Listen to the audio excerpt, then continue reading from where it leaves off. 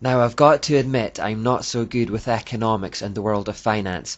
The complexities of it are just too confusing. But maybe that's the point.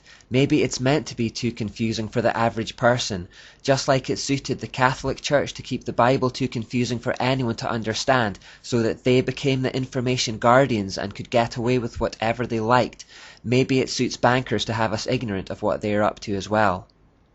Remember the quotation from the anonymously authored Silent Weapons for Quiet Wars, which said, "The bookkeeper can be king if the public can be kept ignorant of the methodology of the bookkeeping."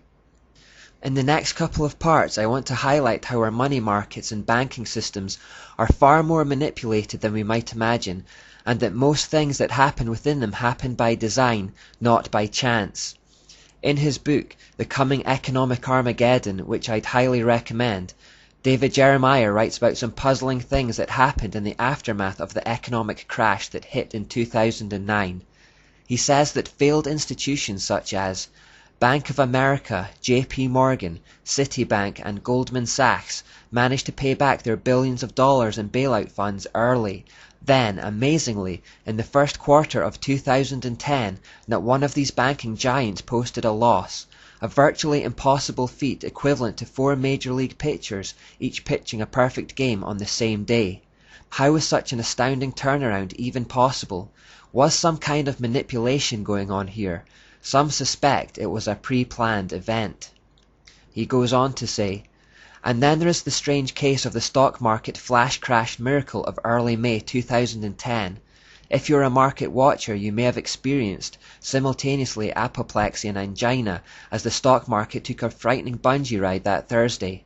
Call it panic buying, a plunge, a market correction, or some other euphemism, the Dow Jones posted its greatest intraday loss since the crash of 1987. After 2:30 p.m., in just 5 minutes, the Dow dropped 400 to 800 points. It went on to lose nearly 1,000 points in that precipitous dive. At 2:40 p.m., the descent stopped with a curious and startling upward jerk, as if the bungee cord had reached its nadir and its rider was sent vaulting back up to the apex. By 3:40 p.m., the Dow had recovered 383.17 points, an almost miraculous recovery in less than an hour. A financial miracle? Maybe not. It would appear there might have been intervention by a behind-the-scenes committee. Again, this isn't my favorite subject, but the economy is so fundamental to what's happening in the world today that we need to cover it. Let's try to understand this a little bit by working through a timeline. Back during the French Revolution in 1790, a man called Mayer Rothschild lived in Frankfurt, Germany, which was the birthplace of the Illuminati, if you'll remember. It has been suggested that the Rothschild family were in fact the financial backers to Adam Weishaupt. The Rothschild family had become incredibly rich by lending money to royalty, particularly Prince William IX of Hesse-Hanau. They discovered that lending to governments and monarchies was far more profitable than lending to individuals. The loans were far bigger and they were secured against the taxes of the people, making them relatively risk-free. This practice gave Mayer Rothschild big ideas, and around that time he made the bold statement that if he could control a nation's money, he could control the nation, regardless of who the political leader was at the time. Just a year later, in 1791, he put his plans into effect by establishing the first bank of the United States. That bank was given a 20-year charter by the American government through a man called Alexander Hamilton, who had served in George Washington's cabinet. Mayer Rothschild also gave his son, Nathan, £20,000 to establish a central bank in London, England. This became known as the Bank of England. Another son, Jacob or James, was told to do the same in France.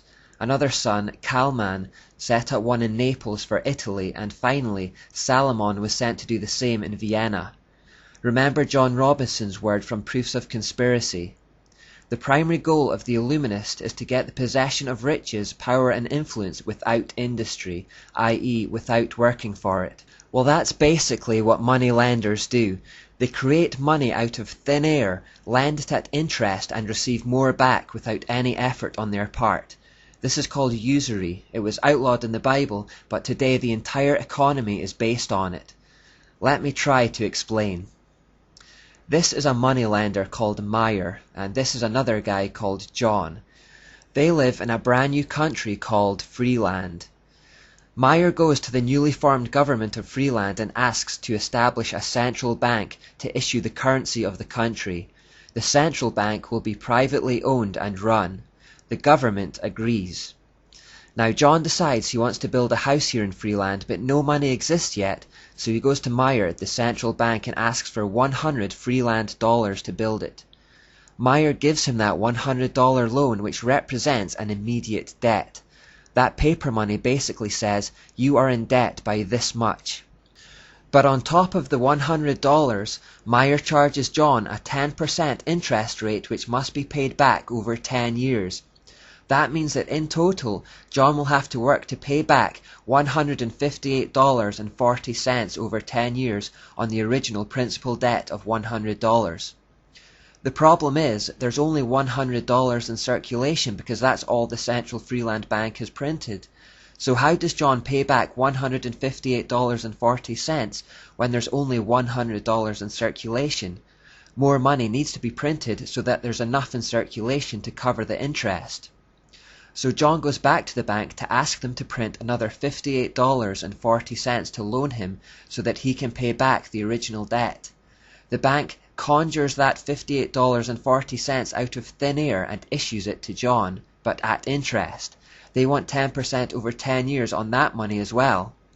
So he's now in debt to the tune of $192.40. But there's only $158.40 in the system. So John goes back to ask for more to cover the shortfall again. They issue that at interest as well, and so on and so on. Under this system, there is never enough money in the system to pay off all debts. It keeps John in a perpetual state of debt to the bank. The only way he can meet his payments is if the bank issues more, which puts him further into debt. It's a spiral that grows exponentially and will eventually get out of control. John has to work harder and harder to generate more and more money without ever getting the benefit of it himself. The bank owns more and more of his labor, and more of his earnings are consumed by the repayments. Eventually John will fall into a state of exhaustion and will have to default on his loan, at which point the bank comes in and takes all his tangible assets, such as the house he has built and the land it sits on.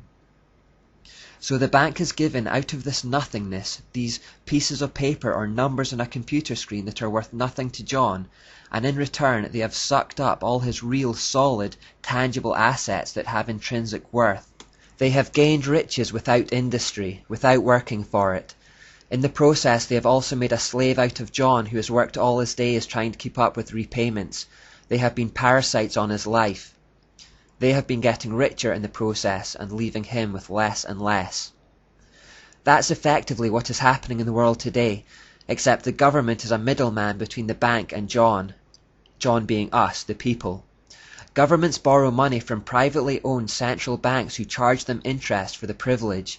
The governments are then instantly in debt, and because the debt has compound interest on it, they need the central bank to issue more money to cover that interest, which they do, also at interest, and the whole thing gets into a spiral. There is never enough money in the system, and there never can be. It was designed that way, because it means that way we can never be debt-free. Never being debt-free keeps us in slavery to the banks. The government then charges their citizens more and more tax to try and keep up with the interest payments to the banks. This means the citizens have to work harder and harder with less and less personal reward.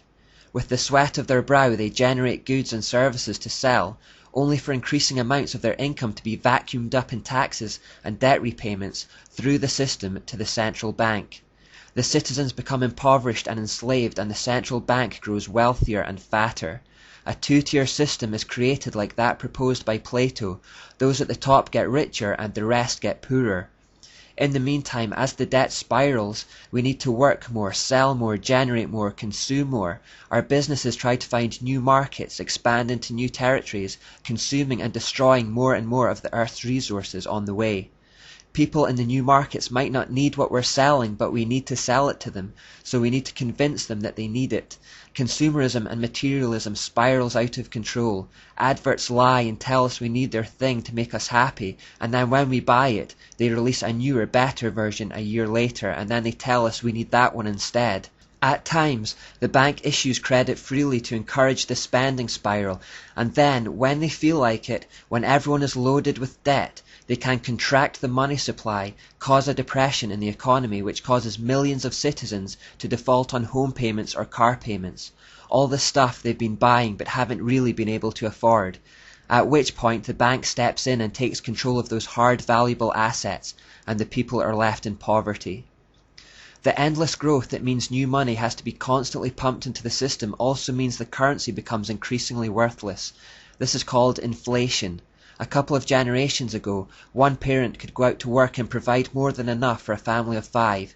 Today, 2 parents working sometimes barely cover the cost of living. Nothing in nature indulges in endless growth like this except for cancer, and that is far from healthy.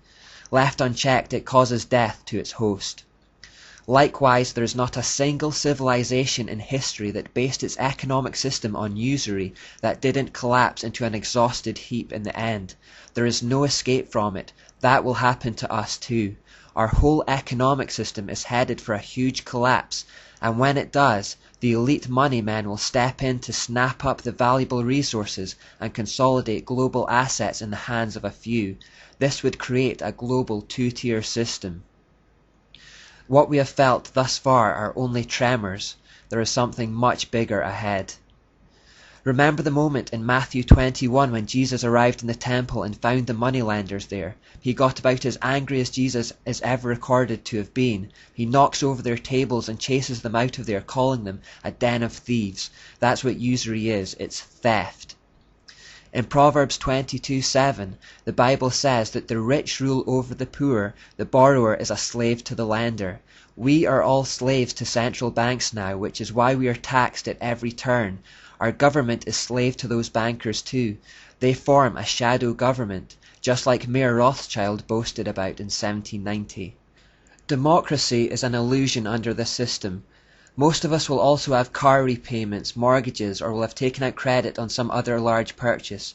It has been reported that Americans today now pay more tax than 19th century slaves and medieval serfs. If the borrower is slave to the lender, are any of us really free? Or did we just come to love our servitude because it was comfortable, like Aldous Huxley suggested we would? I've done my best to explain as far as I can understand, but like I said, economics isn't my forte at all. So what I've done is copied links to a few websites below that should help explain the situation in black and white. I should add I don't necessarily agree with everything on those pages and in those sites, but it will give you a good idea of what's going on. Finally, although my financial advice is admittedly worth very little, I would suggest that as our paper money becomes increasingly worthless and may one day soon collapse completely, it might be an idea to invest in something with real value, such as gold or silver. We should also try to pay off our private debts as soon as possible and to live as debt-free as we possibly can.